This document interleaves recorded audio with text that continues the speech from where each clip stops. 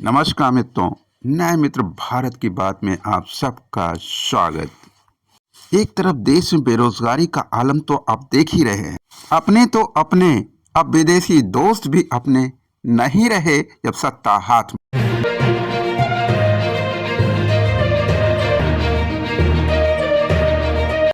अब तक तो आप जान ही चुके होंगे हम किस टॉपिक पर बात कर रहे हैं। बेरोजगारी ने भारत को नहीं, सारी दुनिया को ग्रसित कर रखा है। आज डिजिटल युग की बात हो रही है। चारों तरफ हम डिजिटल इंडिया की बात करते हैं।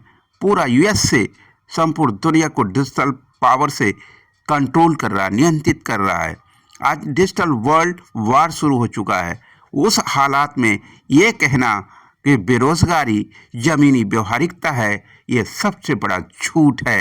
ये एक आम आदमी के लिए समझना सबसे ज़्यादा ज़रूरी, जिसका वो हिस्सा जो अपने आप को इंटेलेक्चुअल और विशेषज्ञ कहता है।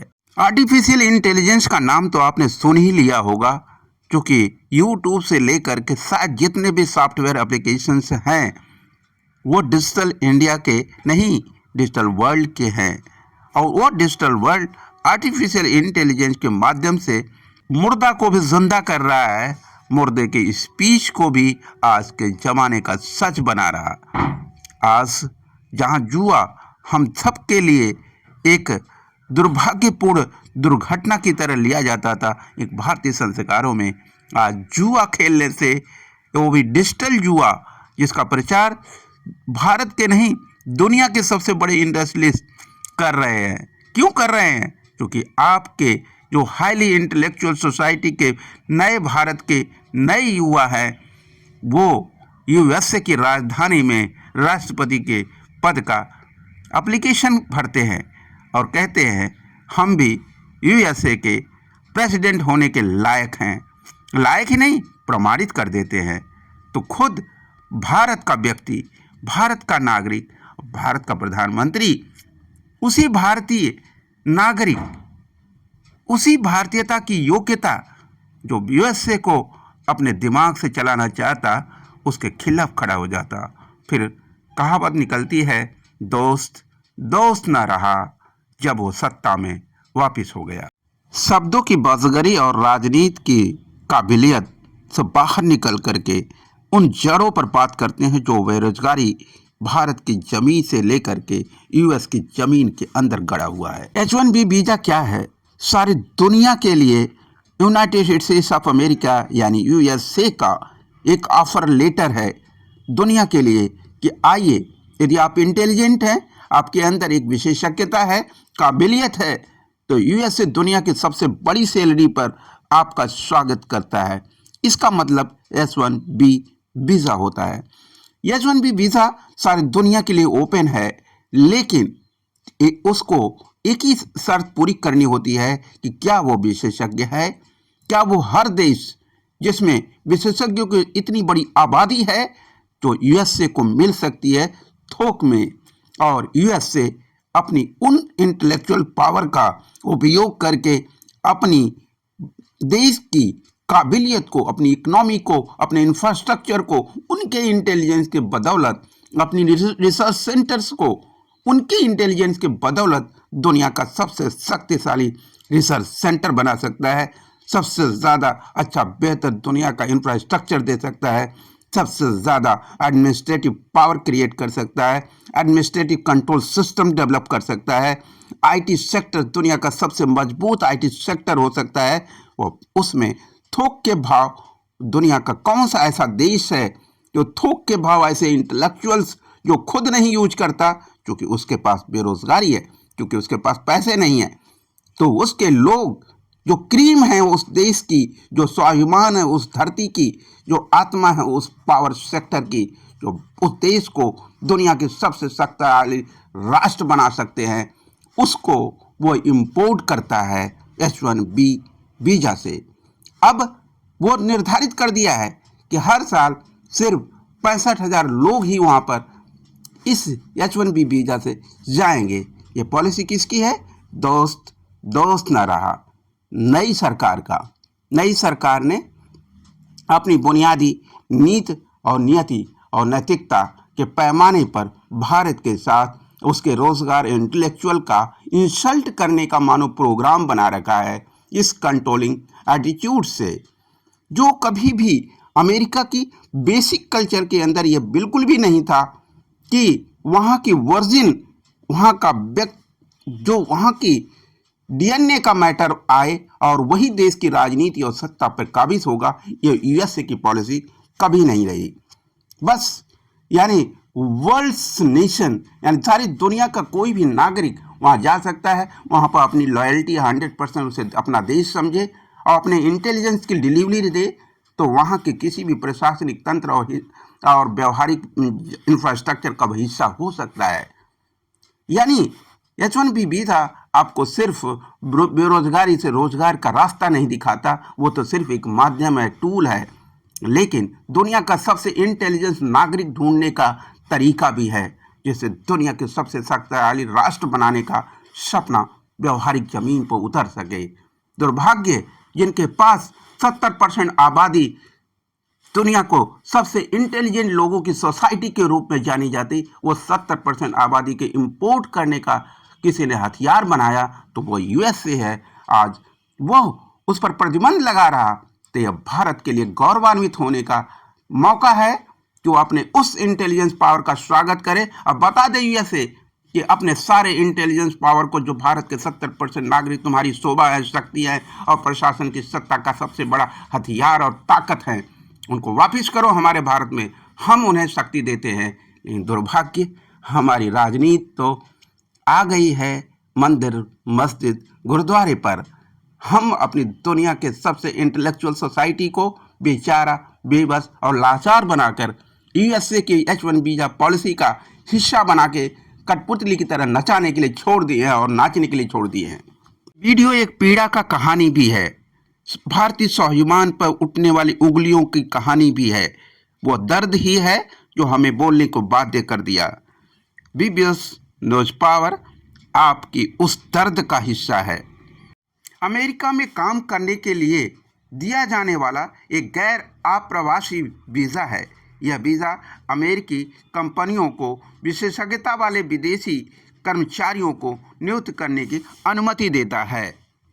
H1B वीज़ा अमेरिकी कंपनियां अपने विदेशी कर्मचारियों के लिए जारी करती हैं। इसे इमिग्रेशन एंड नेशनैलिटी एक्ट की धारा 101A-15H के तहत जारी किया जाता है। पहली बार 1990 में इसकी शुरुआत राष्ट्रपति जॉर्ज बुश के द्वारा किया गया था। H1B वीज़ा की अवधि जो होती है वो 3 साल की होती है, उसे 6 साल तक बढ़ाया जा सकता है। जिन लोगों को H1B वीज़ा दिया जाता है उन लोगों को विशेषज्ञ होना आवश्यक है। जिन लोगों के वीज़ा का टाइम खत्म हो जाता है उन्हें अमेरिका में नागरिकता के लिए आवेदन करना होता है। H1B वीज़ा के लिए कोई भी विदेशी नागरिक आवेदन कर सकता है, जिसके बाद उसे ग्रीन कार्ड दिया जाता है। अवधि पूरी हो गई हो वो ग्रीन कार्ड प्राप्त नहीं कर सकते।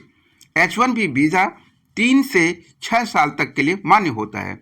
वीज़ा धारक व्यक्ति वीज़ा के 5 साल पूरे होने के बाद अमेरिका की नागरिकता के लिए आवेदन कर सकता है। H1B वीज़ा धारक अपने बच्चों, पति पत्नी के साथ अमेरिका में रह सकता है। वीज़ा धारक व्यक्ति 5 साल के बाद अमेरिका की नागरिकता के लिए आवेदन कर सकता है। H1B वीज़ा के लिए कौन आवेदन कर सकते हैं, आइए जानते हैं डिटेल में। वीज़ा आवेदक को 12 साल काम करने का अनुभव होना चाहिए। हालांकि कुछ शर्तों के साथ उसे छूट भी दी जा सकती है। आवेदक को जिस नौकरी के लिए बुलाया गया है वो उसमें कुशल होना चाहिए। वेतन कम से कम 40 लाख रुपए सालाना हो। आवेदक के पास अमेरिका की कोई बैचलर डिग्री या यूएस की बैचलर डिग्री के समकक्ष किसी विदेशी यूनिवर्सिटी से डिग्री होनी अनिवार्य है।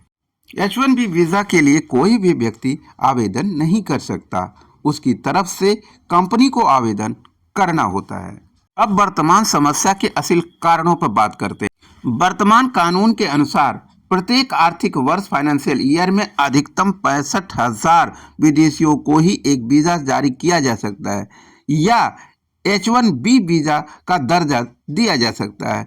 इसके अलावा विश्वविद्यालयों और गैर लाभकारी अनुसंधान संस्थानों में कार्य करने वाले सभी H-1B वीजा के गैर अप्रवासी इस सीमा से बाहर रखे गए हैं। लेकिन ऐसा आवश्यक नहीं है, यह भी लिखा हुआ। इसका अर्थ यह है कि ऐसे संविदाकार जो संस्थाओं में कार्यरत तो हों, पर संस्थाओं द्वारा उन्हें प्रत्यक्ष रूप से नियुक्त न किया गया हो, वे इस उच्चतम सीमा से बाहर होते हैं। इसी बात को एक उदाहरण से समझने की कोशिश करते हैं।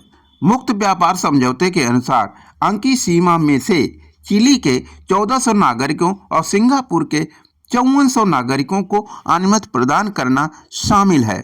कानून अमेरिकी विश्वविद्यालयों से स्नातकोत्तर या उच्चतर उपाधि प्राप्त करने वाले अधिकतम 20,000 विदेशी नागरिकों को भी H-1B वीजा की उच्चतम सीमा से बाहर रखते हैं। अधिकतम वार्षिक सीमा में एक अस्थायी वृद्धि के बावजूद सन 2000 के दशक के मध्य से उपलब्ध वीजा की संख्या में वार्षिक कमी की शुरुआत हुई। यह संख्या 2001 और फाइनेंशियल ईयर 2002 व 2003 में बढ़कर 1,95,000 की जा चुकी है। डिपार्टमेंट ऑफ होमलैंड सिक्योरिटी ने सन 2004 में लगभग 1,32,000 और सन 2005 में लगभग 1,17,000 H-1B वीजा जारी किए गए। 2 अप्रैल 2007 वो पहला दिन था जब कोई नियोक्ता किसी H-1B वीजा कर्मचारी के लिए पहली बार वीजा का आवेदन कर सकता था, जो कि 1 अक्टूबर 2007 से प्रभावी हुआ। 3 अप्रैल 2007 को United states citizenship and immigration services United state की यह घोषणा थी कि 2 अप्रैल को इसे 65,000 की अधिकतम सीमा से ज्यादा आवेदन प्राप्त हुए थे। एजेंसी के नियमों के अनुसार जब आवेदन के पहले दिन ही उच्चतम सीमा प्राप्त कर ली जाती है, तो पहले 2 दिन में प्राप्त सभी आवेदनों को एक लॉटरी में रखकर उपलब्ध वीजा के आवंटन का निर्धारण किया जाता है। सन 2008 में कुल 2,76,252 वीजा जारी किए गए और सन 2009 में यह संख्या कुछ घटकर 2,14,271 रह गई। American immigration lawyers association AILA ने इस परिस्थिति का वर्णन एक संकट के रूप में किया और Wall Street Journal, Business Week तथा वाशिंगटन पोस्ट द्वारा इसका उल्लेख किया गया। वे नियोक्ता जो कि इस बात से चिंतित थे कि वे कर्मचारियों की अपनी आवश्यकता का नियोजन नहीं कर सके, ने कांग्रेस पर दबाव बनाया। 2007 में कैपिटल हिल पर विस्तारित वीजा कार्यक्रम की ओर से माइक्रोसॉफ्ट के चेयरमैन बिल गेट्स ने यह वक्तव्य दिया कि यदि नियोक्ता का कार्य आवश्यकताओं की पूर्ति के लिए कुशल कर्मचारियों का आयात न कर सके, तो यह यूएस अर्थव्यवस्था के लिए एक खतरा हो सकता है। सन 2007 में अमेरिकी department of labour employment and training administration ETA ने 2 कार्यक्रमों की जानकारी दी। High growth training initiative and workforce innovation regional economic development wired, जिन्हें अमेरिकी कर्मचारियों को शिक्षा देने व प्रशिक्षित करने के लिए H-1B प्रशिक्षण शुल्क से क्रमशः $284 मिलियन व $260 मिलियन प्राप्त हुए या प्राप्त होंगे। वीजा पर ट्रम्प समर्थकों की राय भी आपस में बटी हुई है। अब बात पॉलिटिक्स के कुछ हिस्से से भी कर लेते हैं। H-1B वीजा के लेकर ट्रम्प समर्थकों की राय अलग अलग। कौन हैं वो लोग? Laura Loomer, Matt Gaetz and Ann Coulter जैसे ट्रम्प समर्थक खुलकर इस वीजा पॉलिसी का विरोध कर रहे हैं। ये लोग क्या कहना चाह रहे हैं? इनका कहना है H-1B वीजा से विदेशी लोगों को अमेरिका में नौकरी मिलेगी और अमेरिकी लोगों की नौकरियां छिन जाएंगी। यही भारतीय प्रांत के अंदर भी प्रांतीय राजनीति का जो हिस्सा होता कि दूसरे प्रांत के लोग हमारे प्रांत की नौकरियां ले रहे, वो एक अंतर्राष्ट्रीय मुद्दा भी है। यानी यहाँ और वहाँ में सामाजिक व्यवस्थाओं की सोच में अपने आप को स्थापित करने की होड़ में सेंस एक ही है। अब तम सरकार में डिपार्टमेंट ऑफ गवर्नमेंट एफिशिएंसी संभालने के लिए ट्रम्प सरकार तैयार है। अर्थात गवर्नमेंट एफिशिएंसी किनके हाथों में होती है? जो शासन और प्रशासन की व्यवस्थाओं को जमीन पर उतारते हैं। इलॉन मस्क एंड विवेक रामास्वामी ने H-1B वीजा का समर्थन किया है। इनका कहना है कि अमेरिका को आर्थिक रूप से मजबूत करने के लिए दुनिया के टॉप लोगों को नौकरियों पर रखना ही चाहिए। H-1B वीजा आमतौर पर उन लोगों के लिए जारी किया जाता जो किसी खास पेशे जैसे IT professional, architecture, health professional आदि। इसी प्रकार homeland security secretary Alejandro N Mayorkas ने कहा, अमेरिकी व्यवसाय देश भर के समुदायों को लाभ पहुंचाने वाली उच्च कुशल हाईली स्किल्ड प्रतिभाओं की भर्ती के लिए H-1B वीजा कार्यक्रम पर निर्भर है। मित्रों, यह BBS न्यूज़ पावर नहीं बोल रहा, यह अमेरिकन पॉलिसी और अमेरिकन पॉलिसी मेकर्स बोल रहे हैं। दुनिया भर के समुदाय जो अलग अलग तरीके और संस्कारों से आकर के अमेरिका की ताकत और खूबसूरती को बढ़ा रहे, उनकी सार्वजनिक सेवा के लिए दुनिया के सबसे इंटेलेक्चुअल प्रॉपर्टीज़ को देश में यदि बुलाना है तो H-1B वीज़ा को बनाए रखना होगा। और व्यापारियों के लिए जो वहाँ की व्यापारी हैं, उनको अपने ऑर्गेनाइजेशन में दुनिया की सबसे स्किल्ड लोगों को रखने की परमिशन H-1B वीज़ा ही देता है और उनको अपना वर्कफोर्स इंटेलेक्चुअल बनाए रखने की ताकत भी H-1B वीज़ा ही बनता है। United states citizenship and immigration services USCIS के निदेशक उर-एम जादव ने कहा, H-1B वीज़ा कार्यक्रम 1990 में कांग्रेस यानी अमेरिकी संसद की ओर से बनाया गया था और इसमें कोई संदेह नहीं कि हमारे देश की बढ़ती अर्थव्यवस्था का समर्थन करने के लिए इसे आधुनिक बनाने की आवश्यकता थी।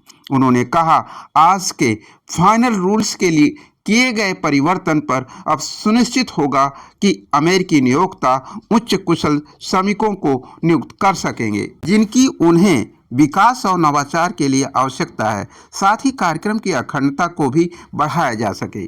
H-1B वीज़ा कार्यक्रम में भारतीय कर्मचारियों की हिस्सेदारी सबसे ज़्यादा है। रिपोर्ट्स के मुताबिक 2023 में जारी किए गए 3,86,000 H-1B वीज़ा में से 72.3% भारतीयों के थे। 3,86,000 में से 2,79,078 सिर्फ भारतीय ही 2023 में गए थे। DHS के अनुसार इस नियम को लागू करने के लिए 17 जनवरी 2025 से शुरू होने वाली सभी याचिकाओं के लिए फॉर्म नंबर 1-129 जो कि गैर अप्रवासी कर्मचारियों के लिए याचिका का एक नया संस्करण एडिशन है, आवश्यकता होगा। 17 जनवरी 2025 से नियम प्रभावी हो जाएगा। क्योंकि पहले के संस्करणों वाले फॉर्म को स्वीकार करने के लिए कोई ग्रेस पीरियड, मोहलत या छूट अवधि नहीं हो सकता, इसलिए USCIS जल्द ही वेबसाइट पर नए फॉर्म 1-129 एडिशन का प्रीव्यू वर्जन प्रकाशित करेगा। चलते चलते उन कंपनियों के नाम जो H-1 वीज़ा देती हैं। अब आपके लिए H-1B वीज़ा देने वाली कंपनियों की वो लिस्ट जो ठीक स्क्रीन पर आपके सामने है, कृपया ध्यानपूर्वक इसे पढ़ें, समझें। यह वही कंपनियां हैं जो वीज़े पर आपको नचाती हैं। भारत देवभूमि इसलिए नहीं कि यहाँ राजनीति गाय और गोबर से लेके हिंदू मुसलमान आदि आदि शब्दों से नवाजा जाता, बल्कि भारत इसलिए कि एंशिएंट हिस्ट्री से लेके आज तक बुद्धिजीवियों का भारत, बुद्धों का भारत कहलाता। बुद्धों के भारत की पहचान संविधान वेत्ता डॉक्टर भीमराव अंबेडकर हों या महात्मा बुद्ध हों, ये दुनिया की शान है। आप यदि भारतीयों के ऐश्वर्य का असल मायने समझ पाए इस प्रयास में, तो निश्चित रूप से हमारे चैनल को आपको सब्सक्राइब करना चाहिए, शेयर करना चाहिए, लाइक करने के साथ आर्थिक सहयोग के लिए भी तैयार रहना चाहिए यदि संभव हो।